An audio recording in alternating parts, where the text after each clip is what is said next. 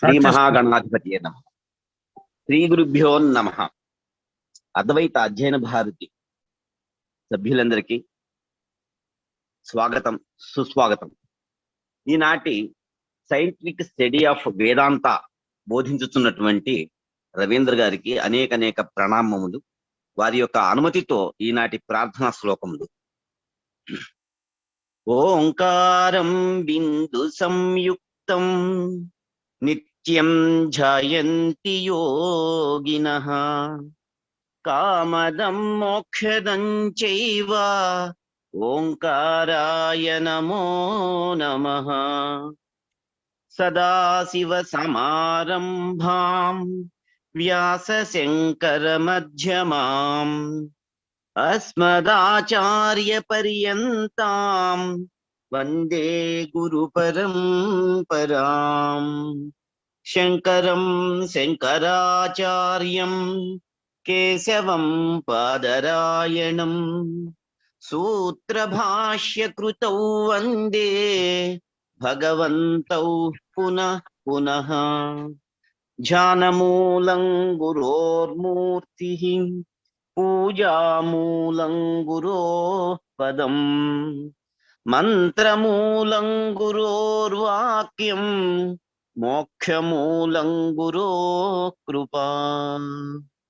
ఓం సహనావవతు సహనౌ భునత్తు సహ వీర్యం కరవావహై తేజస్వినావధీతమస్తు మా విద్విషావహై. ఓం శాంతి శాంతి శాంతి. హరి ఓం. అందరికీ నమస్కారం. గురువు గారులందరికీ నమస్కారం. ఇవాళ రాళ్ళపల్లి గురువు గారు కూడా వచ్చారు. నమస్కారం. ఒకసారి ప్రార్థన చేసుకొని ఆరంభిద్దాం. ఓం సహనావతు సహనౌ భునక్తు సహ వీర్యం కరవావహై తేజస్వినావధీతమస్తు మా విద్విషావహై. ఓం శాంతి శాంతి శాంతి. ఒకసారి బ్రీఫ్గా నిన్న జరిగినటువంటిది రీక్యాప్ చేసుకొని నిన్న ముగించని అంశాలు కవర్ చేద్దాం ఇవాళ. నిన్న కవర్ చేసిన మొదటి అంశము ఈ ఋగ్వేదంలోని ఈ 3 మంత్రాల్లో ఉన్నటువంటి సైన్స్ చూసాము. ఇది ఒకటి. అంటే స్పేస్ ముందు వచ్చి స్పేస్ బేసిస్గా చేసుకొని కాలము ఎలా వచ్చింది అంటే, స్పేస్ ఇప్పుడు 3 డైమెన్షన్స్ ఏదైనా ఆబ్జెక్ట్ ఉంటే కనుక మనం కంటితో చూసి గ్రహించగలుగుతాం. అంటే ఇప్పుడు సత్ త్యత్ అన్నప్పుడు నీరు, అగ్ని, ఘన పదార్థాలు మనం కంటితో చూడగలుగుతాము. వాయువు, ఆకాశం కంటితో చూడలేము. కానీ అవి ఎగ్జిస్ట్ అయి ఉంటాయి. టైం అనేది వాటిల్లో చెప్పలేదు. టైము మెంటల్గా డెరైవ్ చేసుకుంటాం. ఆ మెంటల్గా డెరివేషను స్పేస్ని బట్టి ఉంటుంది. అది కూడా చూసాము. తర్వాత ఒకేసారి నేరుగా సో ఈ 3 స్టేజెస్, ఒకటి కింద ఒకటి పైన అన్నట్లు నిన్న చూసాము. ఈ పరమాత్మ యొక్క అనంతమైన స్వరూపము విరాట్ రూపంగా ప్రకటమైతే ఈ విరాట్ అనే ఒక్క పదంలో ఎన్నో శాస్త్రాలు ఇమిడి ఉన్నాయి. అది అంతరార్థం. ఇప్పుడు ఏంటంటే ఈ 3 పదాలు మనం అర్థం చేసుకోవాలి. అర్థం చేసుకొని సైన్స్తో మనం సమన్వయం చేసుకోవాలి. అది ఒక ప్రయత్నం. సో ఈ విరాట్ అని చెప్పినప్పుడు ఈ అనంతమైనటువంటి రూపాన్ని, ఈ విరాట్ రూపాన్ని వర్ణించడానికి, అర్థం చేసుకోవడానికి ఎన్నో శాస్త్రాలు, బేసిక్ అటామిక్ స్ట్రక్చర్ దగ్గర నుంచి గెలాక్టిక్ స్ట్రక్చర్స్, యూనివర్స్ వరకు ఈ స్ట్రక్చర్ రావడానికి కారణము లాస్ ఆఫ్ నేచర్. ఒక్క స్టెప్ వెనక్కి తీసుకుంటే కనుక లాస్ ఆఫ్ నేచర్ ఈ స్ట్రక్చర్ వస్తున్నాయి అని మనకు తెలుస్తుంది. ఈ లాస్ ఆఫ్ నేచర్ అర్థం చేసుకోవడానికి మళ్ళీ అనంతమైన శాస్త్రాలు, ఈ శాస్త్రాలు సూత్ర రూపంలో ఉంటాయి కాబట్టి సూత్రాత్మ అని చెప్పేసి మనం అలా తీసుకున్నాం. ఈ లాస్ ఆఫ్ నేచర్ ఇలా ఉంటే గనక ఈ విధంగా ఈ యూనివర్స్ బిహేవ్ చేస్తూ ఉంటే ఈ రూల్స్ ఎగ్జిక్యూట్ చేయడానికి ఒక ఇంటెలిజెన్స్ అనేది ఉండాలి. ఆ వెనక ఉన్న ఇంటెలిజెన్స్, అంతర్భాగంగా ఉన్న తేజము, చైతన్యము, అదే హిరణ్య గర్భము, ప్యూర్ ఇంటెలిజెన్స్. ఈ మూడు అంటే ఇక్కడ జగత్ ఉందని తీసుకొని ఈ చర్చ జరుగుతున్నది కాబట్టి హిరణ్య గర్భ అని చెప్పాము. పరమాత్మ అని ఇంకా చెప్పట్లేదు. ఈ జగత్తు నెగేట్ చేస్తే, ఇది చివరి చూస్తాం ఇవాళ, ఈ జగత్తు నెగేట్ చేస్తే అప్పుడు పరమాత్మ అని చెప్పుకుంటాం. ఇంకోటి నిన్న డాక్టర్ గారు కూడా హైలైట్ చేశారు, ప్రపంచంలో రకరకాల ప్రదేశాల్లో, దేశాల్లో ఈ మెటీరియల్ అంటే మామూలుగా మన బిహేవియరు, హ్యూమన్ బిహేవియరు ఈ మెటీరియల్ అక్విజిషన్ మీద ఉంటుంది. దీంట్లో నుంచి మనం బయటపడడానికి ఈ మెటీరియల్ అక్విజిషన్ ఓ పద్ధతి ప్రకారం జరగాలి అంటే గనక మనం ఒక స్టెప్ వెనక్కి తీసుకుంటే రిలీజియన్ మనకి సహాయం చేస్తుంది. రిలీజియన్ మనల్ని మనం నిర్వర్తించుకుని, మనల్ని శుద్ధం చేసుకొని, కొన్ని రూల్స్కు కట్టుబడి ఈ మెటీరియల్ అక్విజిషన్ నుంచి ఒక స్టెప్ వెనక్కి తీసుకుని మనల్ని మనం సంస్కరించుకోవడానికి రిలీజియన్ ఉపయోగపడుతుంది. రిలీజియన్ సాధారణంగా తత్వ విచారణ చెయ్యదు. సాధారణంగా ఈ తత్వ విచారణ అంటే ఇప్పుడు నేను ఈ రూల్స్ కట్టుబడి ధర్మంగా నేను జీవిస్తున్నాను, అయినప్పటికీ నాకు ఇంకా తత్వం బోధపడలేదు, ఆ పరమాత్మ యొక్క అంటే ఈ జగత్తు వెనక ఏమి ఉన్నది అని తెలియలేదు, తత్వం నాకు తెలియాలి అంటే అప్పుడు స్పిరిచువల్ అధ్యయనం జరుగుతుంది. సాధారణంగా మనం ఇప్పుడు చేస్తున్న అధ్యయనం అంతా, ఉపనిషత్తు అధ్యయనం అంతా స్పిరిచువల్ బేసిస్. ఇక్కడ నామరూపాలకి పెద్దగా ప్రాధాన్యం ఉండదు.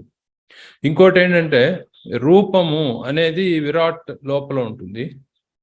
ఈ రూప సంస్కారం నుంచి ఒక స్టెప్ వెనక్కి తీసుకుంటే మనం నామ సంస్కారంతో, అంటే ఇప్పుడు ఇక్కడ మైండ్ అండ్ ఇంటలెక్ట్, ఇప్పుడు మనం ఏదైతే మనస్సు బుద్ధి అంటున్నామో అది ఈ మధ్య లేయర్లో పెట్టుకొని, ఎందుకంటే సూత్రము రూలు అనేది మనం గ్రహించాలి అంటే బుద్ధి మనస్సు ఉండాలి, దాని వెనుక నడిపించేది హిరణ్యగర్భ లేదా ఇంటెలిజెన్స్. తర్వాత ఇప్పుడు నేను డాక్టర్ గారు హైలైట్ చేసింది ఈ material, religious and spiritual level of teaching, understanding, investigation. ఈ శోధన అనేది అన్ని కల్చర్స్లో ఉన్నది, అన్ని దేశాల్లో జరుగుతున్నది. దాన్ని మనం ఇక్కడ మ్యాప్ చేసుకొని దాన్ని మనం ఇక్కడ నేర్చుకుంటున్నది, వేదాంత పరంగా నేర్చుకుంటున్నది సైన్స్ మ్యాప్ చేసి వీటన్నిటి అండర్స్టాండింగ్ హార్మోనైజ్ చేయడానికి మనం ప్రయత్నం చేస్తున్నాం. ఇంకా ముందుకెళ్ళి ఇదంతా నిన్న చెప్పుకున్నాము. ఈ ఉపదేశ సారంలో మంత్రాన్ని స్ట్రక్చర్కి మ్యాప్ చేసుకున్నాము, కఠోపనిషత్ మంత్రాన్ని చేసుకున్నాము. అలాగే ఈశావాస్యంలో ఒక మంత్రం తీసుకొని ఈ మంత్రాన్ని సూత్రంగా చూస్తూ ఈ 3 లేయర్స్కి అప్లై చేసుకున్నాము. ఇప్పుడు ఇవాళ కొంచెం ముండకోపనిషత్తు నుంచి ఇంకొకటి తీసుకొని ఇక్కడ భిద్యతే హృదయ గ్రంథి అని చెప్పినప్పుడు ఇక్కడ హృదయము అంటే మనస్సు బుద్ధి కలిపి హృదయము అంటే మనస్సు బుద్ధి ఈ మధ్య లేయర్లో ఉంటాయి. ఇవి ఎలా ఉంటాయంటే ఈ గ్రంథి, ఈ ముడి ఏంటి అయ్యా అంటే ఈ రూపము దేవుడు, లేకపోతే ఈ నామము దేవుడు, లేదా ఇది మంచి ఇది చెడు, ఇవన్నీ మనం ముడి పెట్టుకొని ఉంటాం. ఇది నాది, ఇప్పుడు నాది అనే భావన ఈ సెకండ్ లేయర్లోనే ఉంటుంది. వీటన్నిటినీ 1 by 1 తొలగించుకుంటూ వెళ్తే అప్పుడు కానీ మనకు అసలైన స్వరూపం బయటపడదు. ఇక్కడ ఇంకోటి ఉంది, క్షీయంతే చాస్య కర్మణి. ఈ యాక్షన్స్ అన్ని కూడా వెనక్కి వెళ్ళిపోయి తగ్గిపోయాయి. యాక్షన్స్ అన్ని జనరల్గా ఈ మనస్సు బుద్ధి ఉపయోగించి మెటీరియల్ స్టేజ్లో విజిబుల్గా ఉంటాయి. ఆ తర్వాత ఛిద్యంతే సర్వ సంశయాః, ఈ సంశయాలన్నీ మైండ్కు ఉంటాయి, బాడీకి ఉండవు.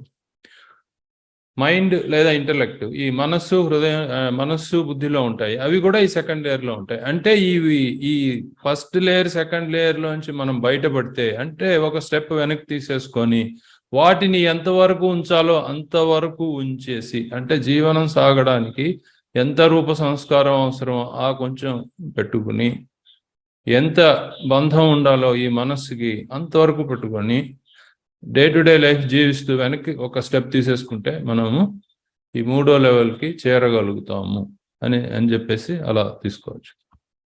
తర్వాత ఇవాళ పార్ట్లోకి నిన్న కవర్ చేసిన 2 పాయింట్లు ఒకసారి రీక్యాప్ చేసేసుకున్నాము. ఇప్పుడు మన కఠోపనిషత్తులో 3వ వల్లిలో 11వ మంత్రం, మహతః పరం అవ్యక్తం, అవ్యక్తాత్ పురుషః పరః. తర్వాత ఇక్కడ 3 చెప్పారండి. మహత్ అంటే యూనివర్స్ చెప్పారు, తర్వాత అవ్యక్తం అని చెప్పారు. ఇక్కడ మహత్ అంటే ఈ సైన్స్ ప్రకారము అబ్జర్వబుల్ యూనివర్స్ అన్నాం అనుకోండి. ఈ అవ్యక్తం అంటే నాన్ అబ్జర్వబుల్ యూనివర్స్. దీని దగ్గరికి వద్దాం, డీటెయిల్గా చూద్దాం.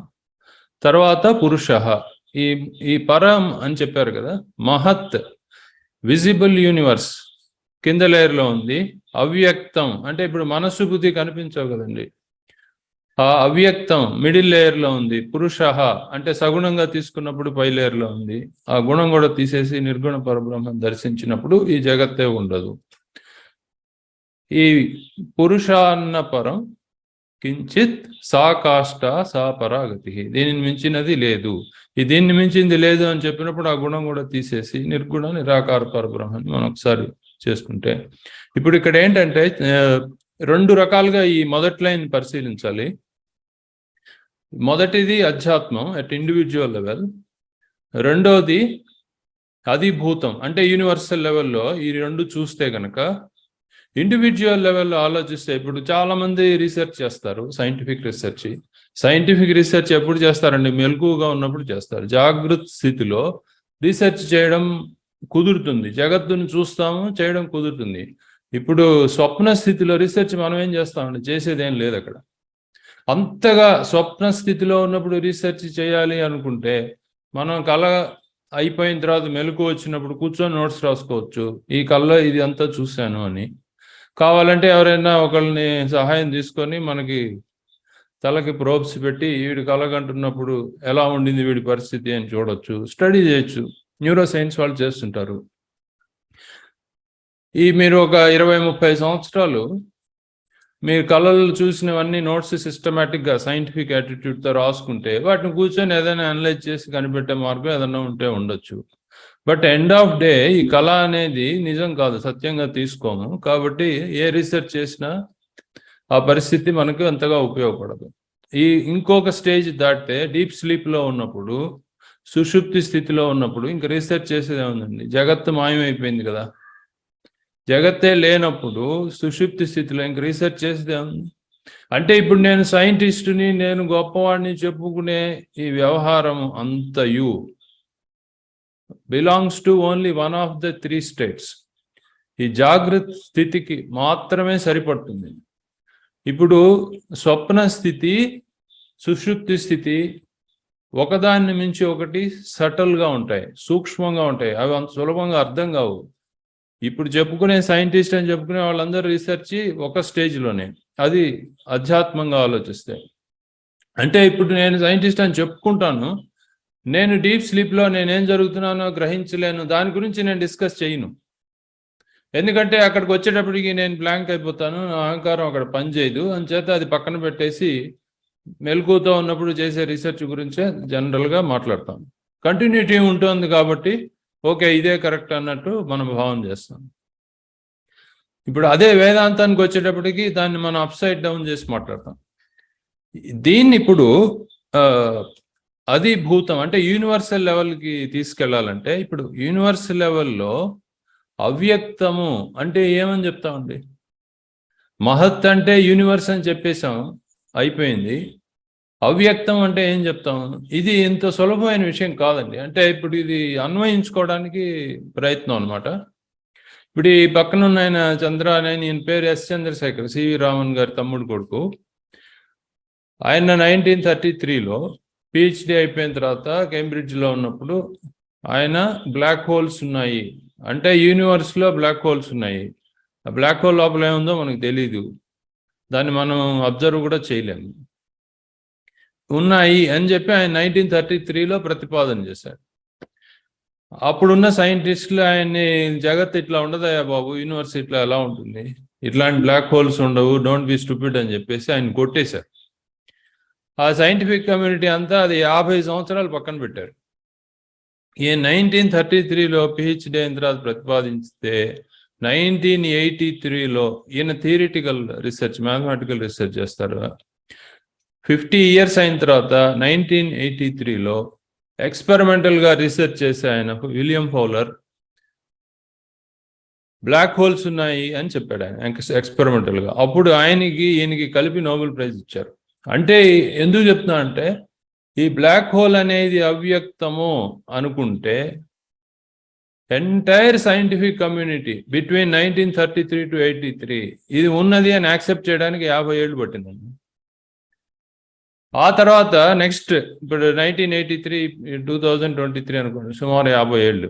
ఇప్పుడు ఇక్కడ ఉన్న ఈవిడ పేరు ఆంద్రియా గెస్, ఈవిడ యూనివర్సిటీ ఆఫ్ కాలిఫోర్నియా లాస్ ఏంజలీస్లో ప్రొఫెసరు. ఈవిడికి 2020లో ఫిజిక్స్ నోబెల్ ప్రైజ్ ఇచ్చారు. ఈ ఫిజిక్స్ నోబెల్ ప్రైజ్ ఆవిడకి ఇచ్చినప్పుడు ఆవిడ ఉపన్యాసం ఇచ్చింది. ఇప్పుడు మన లక్ ఏంటంటే ఇప్పుడు నోబెల్ ప్రైజ్ తీసుకునే వాళ్ళు ప్రెజెంటేషన్ ఇస్తే అది వీడియో రికార్డ్ చేసి పెడతారు, మనం అందరం చూడొచ్చు వాళ్ళు ఏం ఉపన్యాసం ఇచ్చారని.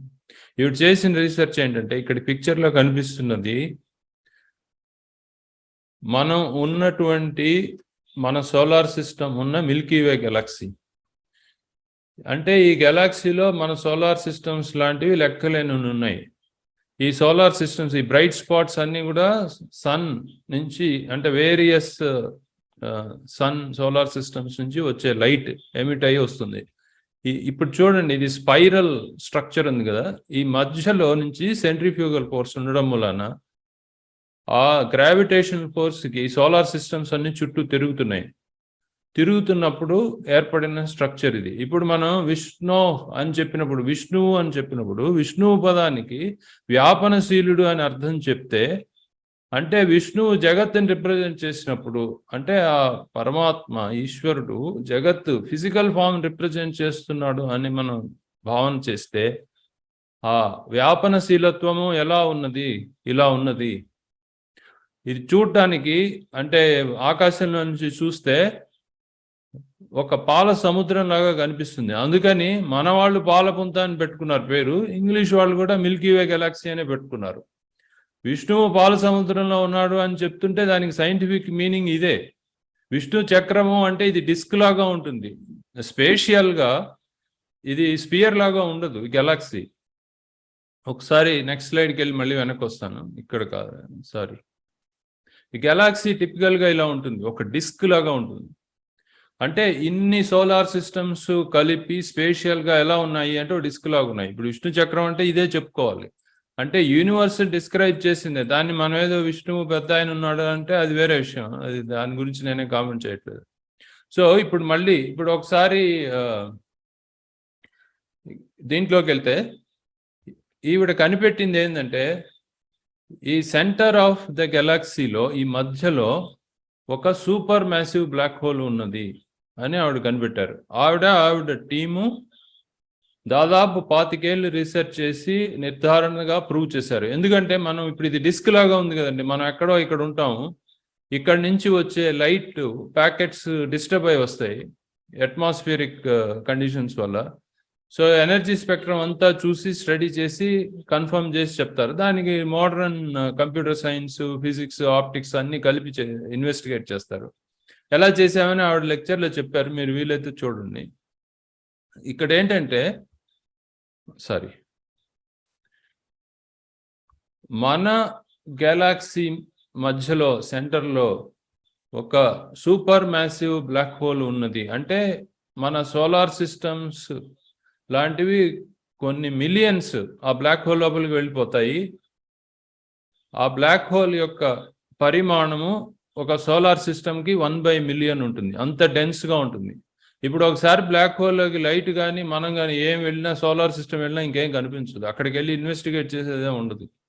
అంటే అది అబ్జర్వబుల్ యూనివర్స్. అంటే మన బ్లాక్ హోల్ బయట జరిగే దాన్ని బట్టి ఓహో ఇక్కడ ఎక్స్ట్రీమ్ గ్రావిటేషనల్ పవర్ ఉంది అని మనం ఊహించుకోవడమే తప్ప ఆ లోపలికి వెళ్ళి రీసెర్చ్ చేసేదే ఉండదు.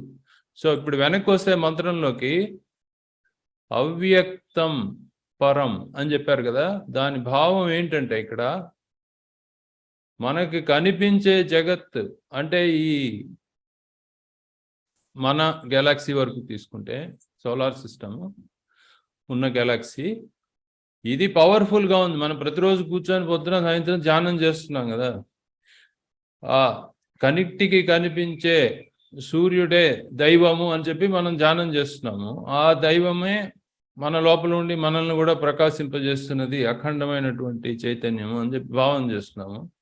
ఇప్పుడు ఇక్కడికి వచ్చేటప్పటికి ఈ విజిబుల్ యూనివర్స్ దీన్ని అవ్యక్తంగా ఉన్న super massive black hole control చేసి తిప్పుతున్నది. ఏదో ఒక రోజు మన సోలార్ సిస్టమ్ కూడా లోపలికి వెళ్ళిపోయేదే. ఇదంతా ఎందుకు చెప్పామంటే ఈ మంత్రంలో, ఇప్పుడు ఈ మంత్రాన్ని మనము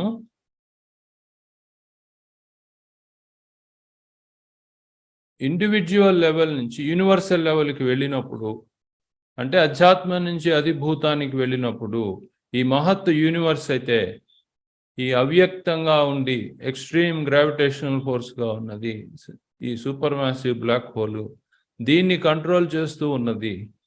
అప్పుడు కూడా ఈ మంత్రం పర్ఫెక్ట్గా సరిపోతుంది.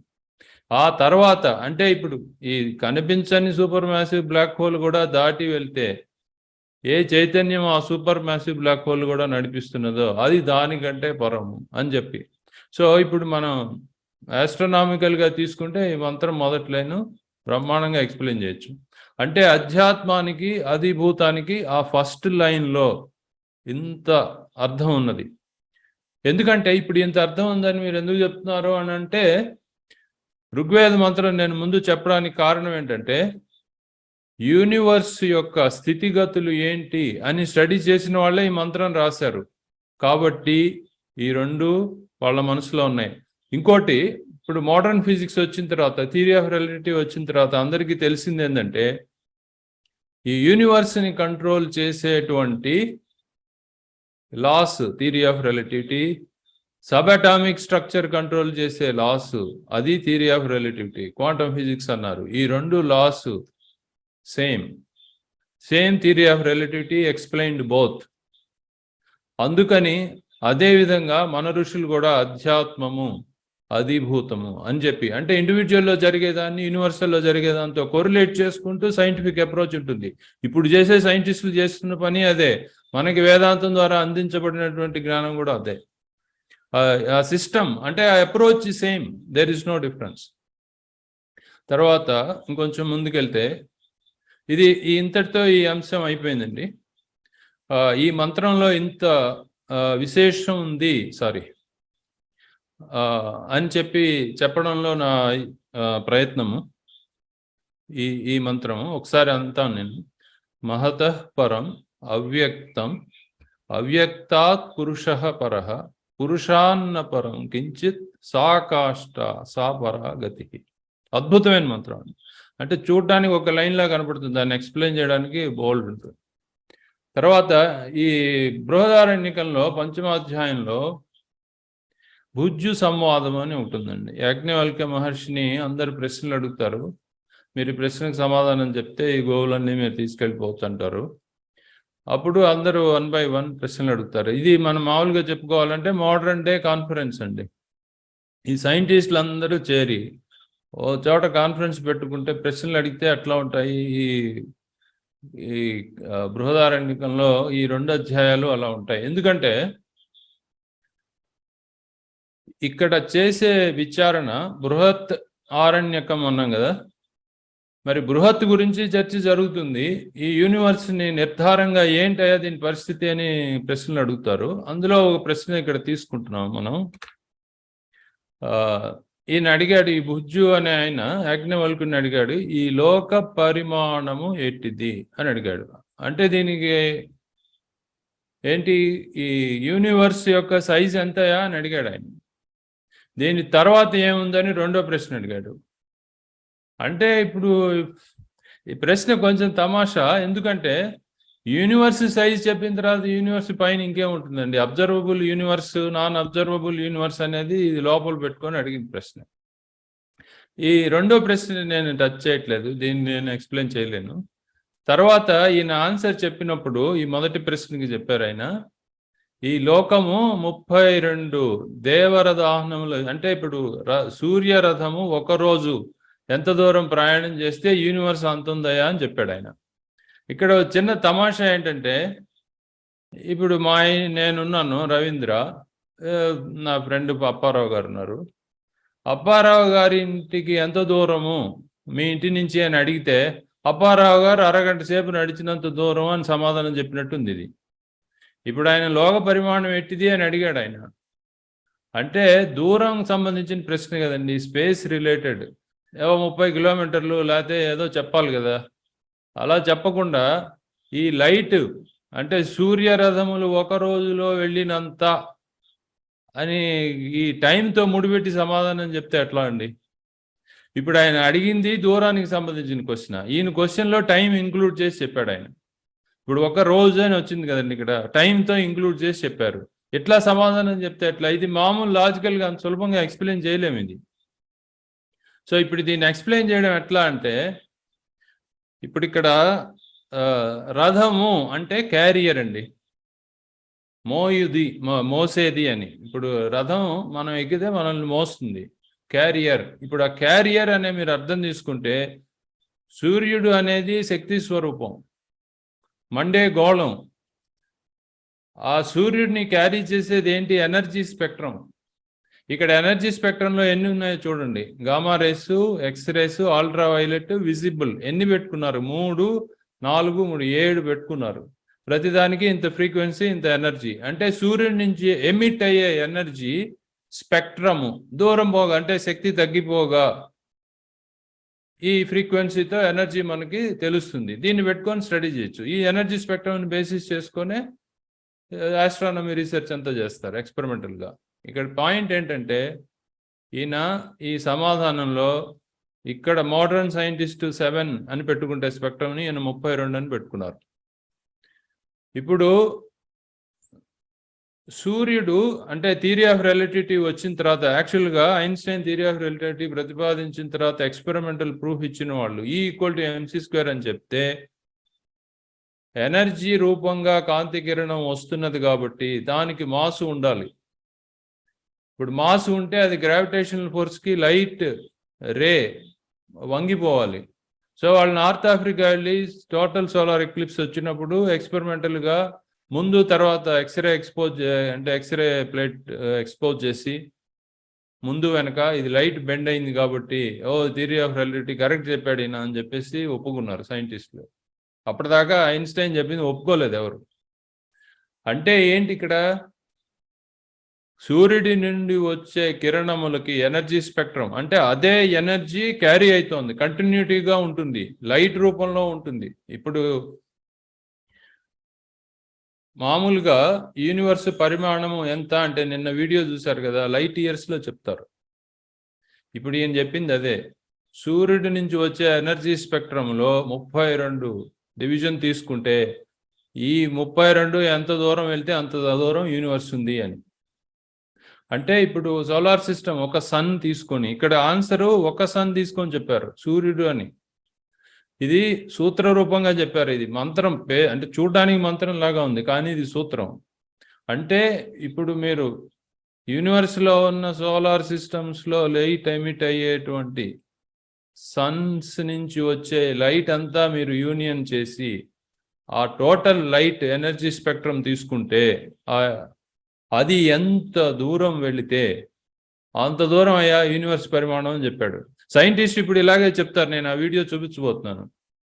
ఇంకోటి, ఈ సన్కి ఈ లైట్కి మాస్ ఉంది కాబట్టి, అంటే ఇప్పుడు మనం సూర్యుడికి దూరంగా ఉన్నాము, మన భూమి కూడా సూర్యుడిలో అంతర్గతంగానే ఉంది, అది గ్రహించాలి మనం. అంటే సూర్యుడికి మనకి మధ్య గ్యాప్ ఉన్న సన్ నుంచి వచ్చే ఎనర్జీ స్పెక్ట్రము మన భూమికి అంటే ప్లానెట్స్కి సూర్యుడికి మధ్యలో ఉంది. ఈ ఎనర్జీ స్పెక్ట్రమ్కి మాస్ ఉన్నది, అంటే మాస్ కంటిన్యూస్గా ఉన్నది, కానీ డిఫరెంట్ డెన్సిటీ అంతే. మధ్యలో మీరు వాయు రూపం అనుకోండి, కాంతి రూపం అనుకోండి. ఇంకోటి ఈ తమాషా ఏంటంటే, ఇప్పుడు జగత్తు నశిస్తుంది అని కూడా వేదంలోనే చెప్తున్నారు కదా. మనం జగత్తు నశిస్తుంది మళ్ళీ పుడుతుంది అని చాలాసార్లు చెప్పారు. ఇప్పుడు యూనివర్స్ ఎక్స్పాండ్ అవుతుంది. ఆ తర్వాత వీడియో చూపిస్తాను, సైంటిస్టులు కూడా అలాగే చెప్తారు. జగత్తు ఎక్స్పాండ్ అవుతుంది, ఎనర్జీ అంతా అయిపోయిన తర్వాత మళ్ళీ కాంట్రాక్ట్ అవుతుంది, ఈ బిగ్ బ్యాంగ్ కాస్త బిగ్ క్రంచ్ అవుతుంది.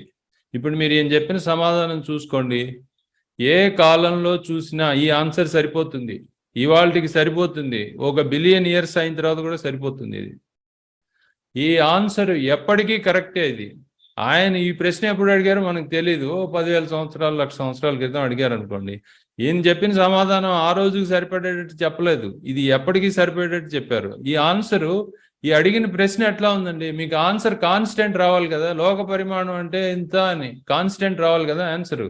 ఈయన ఆన్సర్ వేరియబుల్ ఇచ్చాడండి. అంటే ఇప్పుడు అడిగిన వాడు అతి తెలివితేటలు అనుకోండి, ఏమైనా అనుకోండి, పరీక్షిస్తున్నారు కదా, అందుకని ఆయన ఆన్సర్ కాన్స్టెంట్ వచ్చేటట్టు ప్రశ్న అడిగాడు.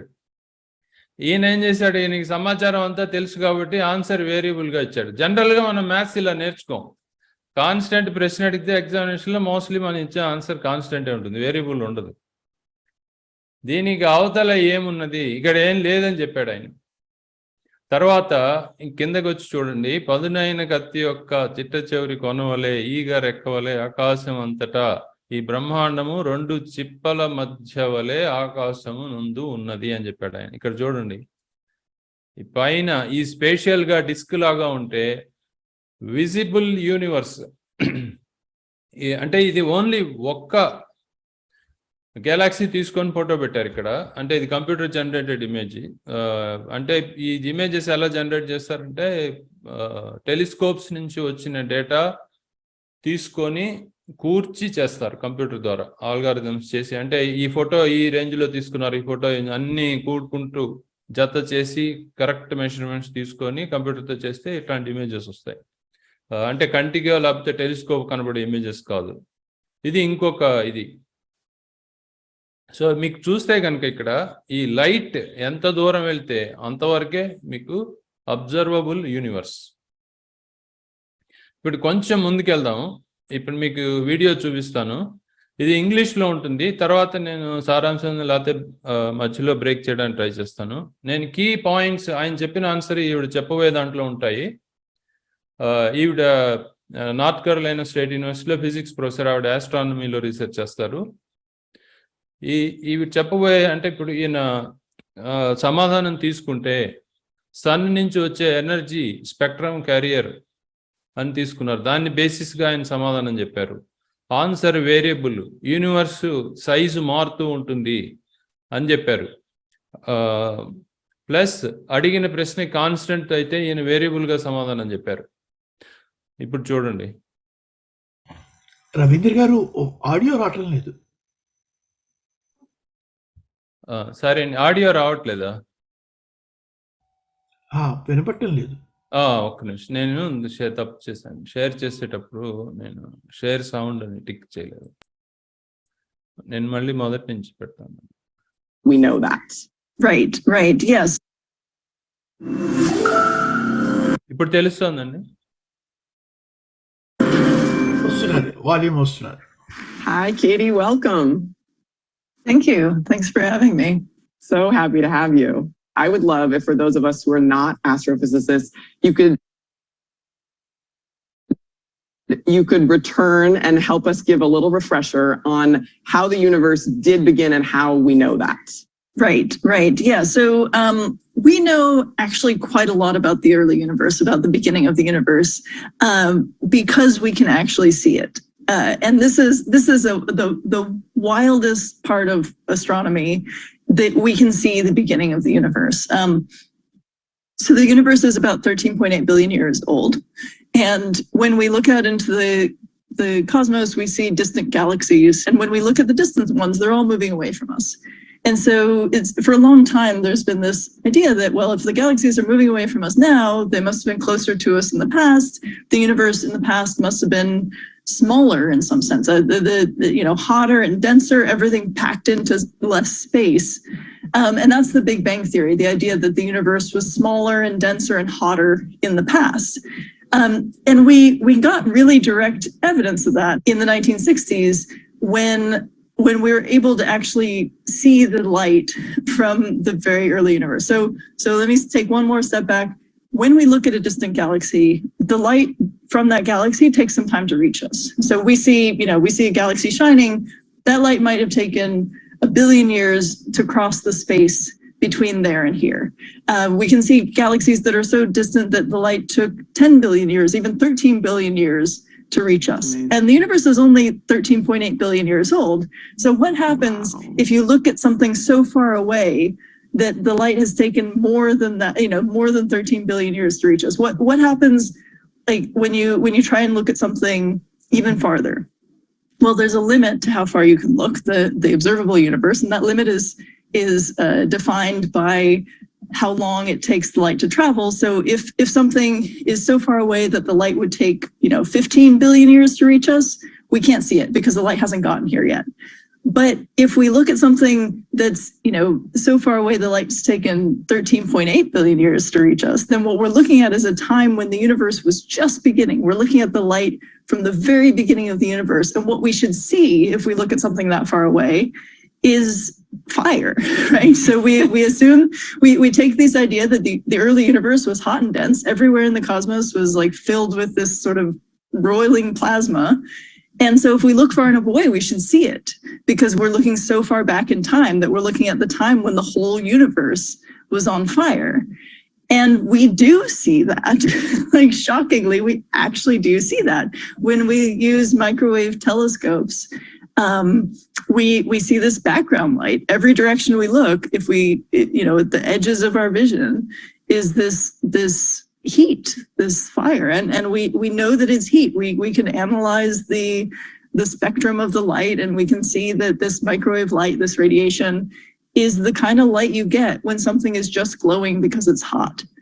And so we can see that every direction we look, if we look far enough away, we're looking so far back in time that we're seeing a universe that is still on fire. So that's the Big Bang. Exactly what happened, around that time, how that fire got started, that's a whole other very complicated story that we're still figuring out. So we think that, before the fiery part, there was this inflation, this rapid expansion. Before that, maybe there was a singularity, maybe not. We don't know. We don't know what started that rapid expansion, but we do know that for the first 380,000 years of the cosmos, it was this sort of, all of space was filled with this fire. And we know. Mic open చేసుకోండి. Sorry, మీరు ఇక్కడ ఇప్పుడు 380,000 years, first 380,000 years, it was only a fire ball, plasma స్టేట్లో ఉన్నది అని చెప్పారు. మనం తైత్తిరీయ ఉపనిషత్తులో సృష్టి క్రమం చెప్పేటప్పుడు మొట్టమొదట అగ్ని వచ్చింది, వాయు తర్వాత అగ్ని వచ్చింది అని చెప్పాం. అక్కడ కాలం చెప్పలేదు. ఆ అగ్ని ఎంతసేపు ఉన్నది, ఎంత పరిమాణంలో ఉందని చెప్పలేదు. సింపుల్గా సీక్వెన్స్ చెప్పేశారు. ఒక్క పదం మనం అర్థం చేసుకోవాలంటే ఇంత దూరం వచ్చి 380,000 years ఆ మంత్రంలో ఉన్న నిడివి అగ్ని వచ్చింది అని చెప్తే ఆ ఒక్క పదానికి. That because we can see it. Sorry. Hasn't gotten here yet. But if we look at something that's, so far away the light's taken 13.8 billion years to reach us, then what we're looking at is a time when the universe was just beginning. We're looking at the light from the very beginning of the universe. And what we should see if we look at something that far away is fire, right? So we assume, we take this idea that the early universe was hot and dense. Everywhere in the cosmos was like filled with this sort of roiling plasma. And so if we look far enough away, we should see it because we're looking so far back in time that we're looking at the time when the whole universe was on fire.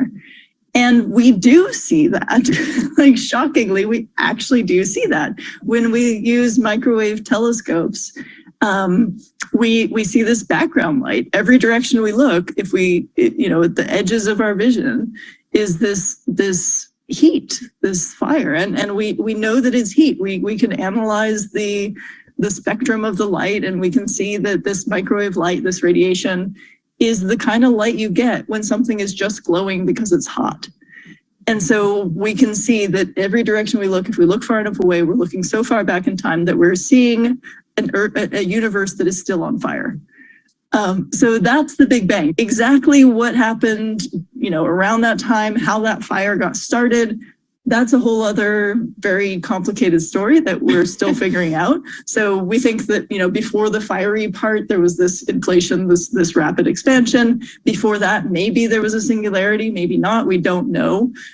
We don't know what started that rapid expansion, but we do know that for the first 380,000 years of the cosmos, it was this sort of all of space was filled with this fire. And we know that because we can see it.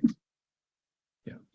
So, ikkada ఈవిడ description మనకి యాజ్ఞవల్కుల వారి ఆన్సర్కి reverse డైరెక్షన్లో ఉన్నది. అంటే universe expand అవుతూ ఉంది.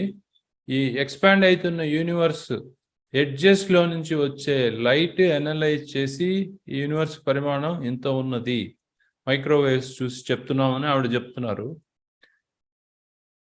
అంటే ఈ ఇంకా ఎక్స్పాండ్ అవుతోంది. ఆవిడ ఇచ్చిన ఆన్సర్ కూడా వేరియబుల్ ఆన్సరే, కాన్స్టెంట్ ఆన్సర్ ఇంత దూరం ఉంది అని ఆవిడ ఇవ్వలేదు. సో ఇక్కడ ఈ అంశం చివరికి వచ్చేసాము.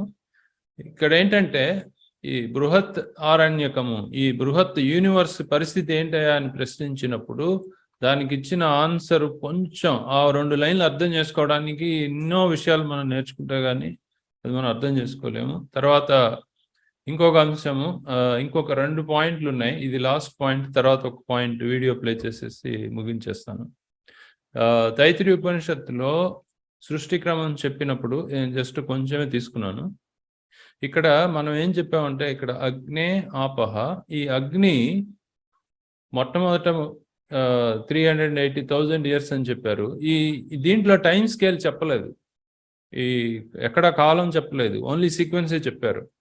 సో టైం మనం అర్థం చేసుకోవడానికి ప్రయత్నం చేస్తే ఈ అగ్ని 380,000 years అని చెప్పారు. కొంచెం ముందుకెళ్తే ఇప్పుడు అద్భ్య పృథివీ సాలిడ్స్ వచ్చేసాయి. పృథివ్యా ఓషధయ, ఈ పృథివీ నుంచి అంటే ఇక్కడ మనము 2 రకాలుగా చెప్పుకోవాలి. పృథివీ అంటే మనం ఉంటున్న పృథివీ లేదా సాలిడ్స్. ఇప్పుడు ఈ పృథివ్యా ఓషధయ అని చెప్పేటప్పటికి మనం ఉంటున్నటువంటి పృథివీ దగ్గరికి వచ్చేసారు. అద్భ్య పృథివీ అని చెప్పినప్పుడు మనం ఉన్న పృథివీ అని చెప్పడానికి లేదు. ఇక్కడికి వచ్చేటప్పటికి ఈ ఓషధయ ఇంకెక్కడ వాటర్ లేదు కాబట్టి పృథివ్యా ఓషధయ అంటే మన గురించే చెప్తున్నారని తెలుసుకోవచ్చు. ఇక్కడ ఈ ఓషధులు వచ్చాయి, మొక్కలు, అలా అనుకోవచ్చు. ఓషధీభ్యోన్నం, ఇక్కడ ఇంట్రెస్టింగ్ పాయింట్ ఏంటంటే ఇప్పుడు మనం పంట పండించేటప్పుడు మనం ఎరువుగా వేయాలంటే ఈ రాలిపోయిన ఆకులు, పంట, మొక్కలు వాటిని ఎరువుగా తయారు చేసి మళ్ళీ వాటిని ఆహారంగా వేస్తాం. ఈ మొక్కల్నే మనం ఆహారంగా తీసుకుంటాం, దాని రసమే మనం అదే అంటే మిగిలిన ఆనందవల్లిలో చెప్తారు.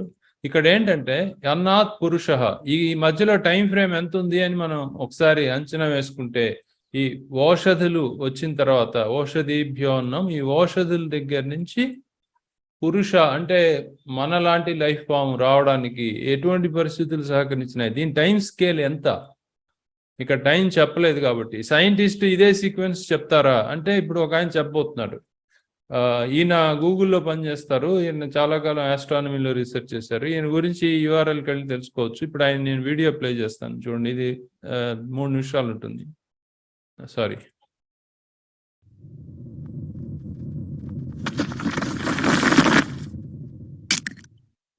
Hello. My name is Tom Chi, and ever since I was a young child, I was determined to understand how the entire universe worked. And that fascination led me to my first job at age 15. I did astrophysical research with the Harvard-Smithsonian Observatory and active galactic nuclei. Now we're going to move to a second story, and this story is about breath. And taking a deep breath is one of the most simple ways to connect with our own bodies, a deeply grounded, calming breath. But taking a deep breath was not something that was possible on this earth 3 billion years ago. On this slide, we have the composition of the atmosphere of the earth during that time period. We had about the same amount of nitrogen, but we had almost no oxygen at all. So you would be taking a breath in vain 3 billion years ago. And we actually had a huge amount of carbon dioxide. And the net effect was a almost inhabitable planet. The only organisms that could exist at that time were single-celled organisms inside of stromatolites and other close spaces. Now, luckily for us, one of those organisms that was alive at this time was something called a cyanobacteria. And that's a picture of it in the background. And this organism has the special trick that we call photosynthesis. The ability to go take energy from the sun and transform carbon dioxide into oxygen. And over the course of billions of years, so starting from 2.5 billion years ago, little by little, these bacteria spread across the planet and converted all that carbon dioxide in the air into the oxygen that we now have. And it was a very slow process. First, they had to saturate the seas, then they had to saturate the oxygen that the Earth would absorb, and only then, finally, could oxygen begin to build up in the atmosphere. So you see, just after about 900 million years ago, oxygen starts to build up in the atmosphere. And about 600 million years ago, something really amazing happens. The ozone layer forms from the oxygen that has been released in the atmosphere. And it sounds like a small deal, like we talked about the ozone a couple decades ago, but it actually turns out that before the ozone layer existed, Earth was not really able to sustain complex multicellular life. We had single-celled organisms, we had a couple simple multicellular organisms, but we didn't really have anything like you or me. And shortly after the ozone layer came into place, the Earth was able to sustain complex multicellular life. There was a Cambrian explosion of life in the seas, and the first plants got onto land. In fact, there was actually no life on land ahead of that. Another way to go see this is kind of a chart of pretty much most of the animals that you guys are familiar with, and right at the bottom in time is the formation of the ozone layer. Like nothing that you are familiar with today could exist without the contributions of these tiny organisms over those billions of years. And where are they now? Well, actually, they never really left us. The direct descendants of the cyanobacteria were eventually captured by plants, and they're now called chloroplasts. So this is a zoom in of a plant leaf, and we probably ate some of these guys today, where tons of little chloroplasts are still trapped in contributing photosynthesis and making energy for the plants that continue to be the other half of our lungs on Earth. And in this way, our breaths are very deeply united. So ఇక్కడ ఈ వెనక్కి వెళ్ళి ఈ మంత్రాన్ని మనం చూస్తే కనుక ఈ టైం స్కేల్ ఇక్కడ చెప్పలేదు కాబట్టి ఆయన చెప్పిన టైం స్కేల్ 3 బిలియన్ ఇయర్స్. ఈ పృథివీ లోపల అంటే ఈ ఓషధులు రావడానికి ఇక్కడ ఆపహ అని ఉంది కదా, ఈ సముద్రం లోపల స్ట్రమాటోలైట్స్ వచ్చి ఆ తర్వాత రావడానికి ఆయన చెప్పిన time scale 3 billion years. So మనం ఇక్కడ ఇదేంటంటే సైన్స్ని ఆధారంగా చేసుకొని ఈ టైం స్కేల్ చెప్పని ఈ మంత్రానికి మనం టైం స్కేల్ ఓవర్లే చేసుకుంటే ఎన్నో విషయాలు ఇక్కడ ఉన్నాయి. అన్నీ ఎంతవరకు రాస్తారండి. సో ఇందులో ఉన్నటువంటి అద్భుతం మనకు తెలుస్తుంది. తర్వాత ఇంకా ఫైనల్గా ఇది లాస్ట్ ఇంకొక మేబీ 2-3 మినిట్స్ ముగించేస్తాను. ఇప్పుడు మనం వేదాంతం చెప్పేటప్పుడు జగత్తు మిథ్య అని చెప్తాం. జగత్తు లేదురా బాబు, ఉన్నది పరమాత్మ ఒక్కటే అని చెప్తాము. చైతన్యము అనంత అఖండ చైతన్యం అని చెప్తాం. ఇప్పుడు ఈవిడ ఇందాక ఆస్ట్రానమీ కాస్మాలజీ చదువుకుని ప్రొఫెసరు ఇందాక ఈవిడ ఏం చెప్పారు, జగత్తు యొక్క స్థితి ఏమిటి అని కూలంకషంగా 3 నిమిషాల్లో చెప్పారు. ఇప్పుడు వేదాంతము జగత్తు మిథ్య అంటున్నది కరెక్టే. ఇప్పుడు ఈవిడ ఏమంటున్నారో చూడండి. So I want to switch gears a little bit because one of the articles that you wrote fairly recently talked about how time and space might not be real. and how there might be a deeper, more abstract mathematical reality to the universe, and that time and space might just be what we perceive. Can you tell us more about this? How is this possible? Talk about your mind doing backflips. Yeah. This is really wild. So I first heard about this a couple of years ago, where somebody was talking about how if you do calculations of particles interacting with other particles, like the kind of stuff relevant to particle collider experiments where you're slamming protons into each other and measuring what happens to the particles that come out, there are ways to do those calculations where you can kind of put them into an abstract mathematical format and do the calculation, and then you get the same answer as if you do the calculation the usual way, assuming, it's actually particles moving through space and interacting with each other in space, in time. And since there are ways to do some of these calculations without making use of the ideas of space or time, you just have this sort of abstract mathematical space, it sort of suggests that maybe space and time are not helping you and not necessary for understanding how these processes work. And there's actually a lot that you can calculate in physics at the sort of subatomic scale where space and time are not salient variables. They're not part of the calculation, and you get the right answer when you do that. And that sort of hints at this idea that maybe space and time are not the fundamental things that govern how the universe works, that you don't have to assume that everything happens in a background of a space measured by time. If you talk to the theoretical physicists who are working in these areas and are actually doing these calculations, doing these equations, they will say things like, oh yeah, we've known for years that the space and time are not fundamental. And you're like, wait, what? I missed that memo. Yeah, no, it's totally. And you dig down into it and they say, well, maybe they're emergent. Maybe it's like, they're sort of real, like we live in space, we experience time, but the actual sort of fabric of the universe is some other mathematical space that just doesn't map well to space and time. There's not the same kind of thing, doesn't follow the same kind of rules.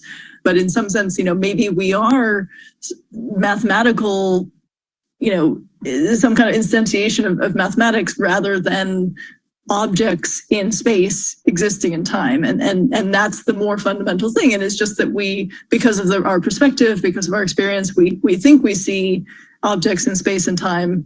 In fact, that is not what the universe is really made of. So ఇప్పుడు వేదాంతము జగత్తు మిథ్య అని చెప్తే ఈ యూనివర్స్ని మొత్తం study చేసేవాళ్ళు అంతే ఆశ్చర్యంతో ఈ జగత్తు మిథ్య, స్పేస్ టైమే లేకుండా కూడా ఉన్నది మనం చూస్తున్నామా అని ఆవిడ కంక్లూడ్ చేసినప్పుడు, మనం చూసేది నిజమా అంటే మనం చెప్పలేమని చెప్తున్నారు. సో ఇది చివరికి వచ్చేసాము.